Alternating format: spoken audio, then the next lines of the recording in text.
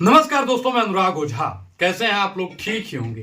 Bharatiya Janata party Bhajpa Bharatiya Janata party का खेला चारों तरफ फैल गया है। अब तय ही करना है कि 2024 को लेकर गठबंधन इंडिया अलायंस क्या रणनीति बनाएगा और भारतीय जनता पार्टी को प्रस्त कैसे करेगा। अब मैं आपको एक सटीक आंकड़ा बताने जा रहा हूं।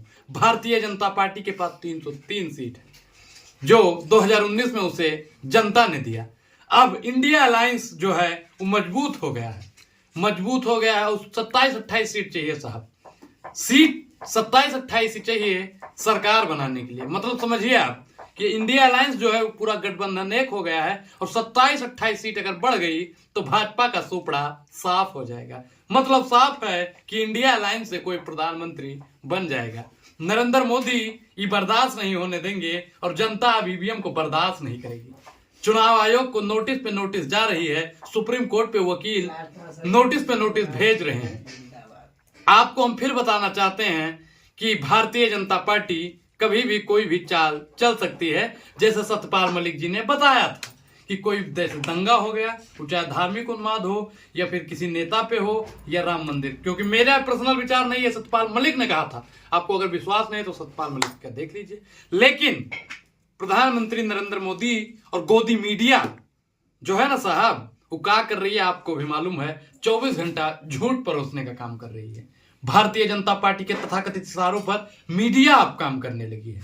जिस देश के लोकतंत्र का चौथा स्तंभ मीडिया को कहा जाता हो, उस देश का चौथा स्तंभ अब किसी का सहारा बन गया है।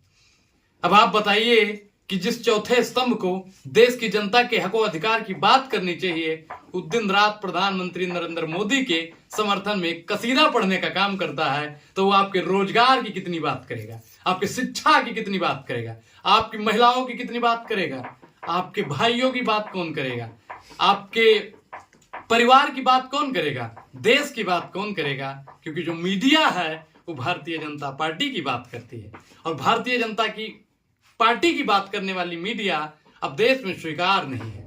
और आप लोगों से मैं फिर कहता हूं कि जितने भी लोग हैं टीवी देखना बंद कर दीजिए, क्योंकि आप लोग जिस दिन टीवी देखना बंद कर देंगे उस दिन भारतीय जनता पार्टी का जो हिंदू मुसलमान का राजनीति है वो ठप हो जाएगा।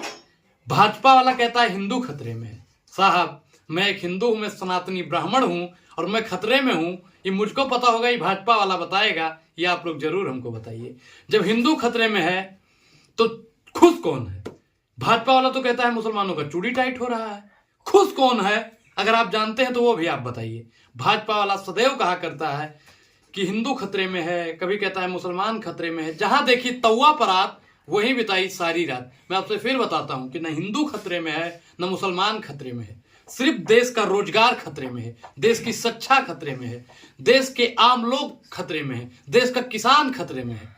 और भारतीय जनता पार्टी क्या कहती है, गोदी मीडिया क्या कहती है, आरएसएस का लोग क्या कहता है, हिंदू खतरे में है। तो तमाम हिंदूवादियों को जागना चाहिए और समझना चाहिए कि वाकई में खतरे में कौन है। मैं उन तमाम हिंदू भाइयों से पूछना चाहता हूं जो कहते हैं कि वाकई में हिंदू खतरे में है और हिंदू सोया हुआ था 2014 के बाद जागा है।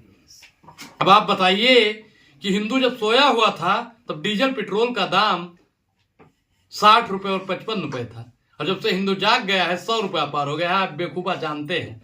लेकिन मैं एक चीज फिर आपको बताता हूं कि हिंदू सो गया है और जिस दिन हिंदू जागेगा उस दिन भारतीय जनता पार्टी का सुपड़ा साफ हो जाएगा। जैसे एक समय पर भारतीय जनता पार्टी 4-6 सीटों पर सिमटती थी। मोदी जी कान खोलकर सुन लीजिएगा, आप कान खोलकर सुन लीजिएगा।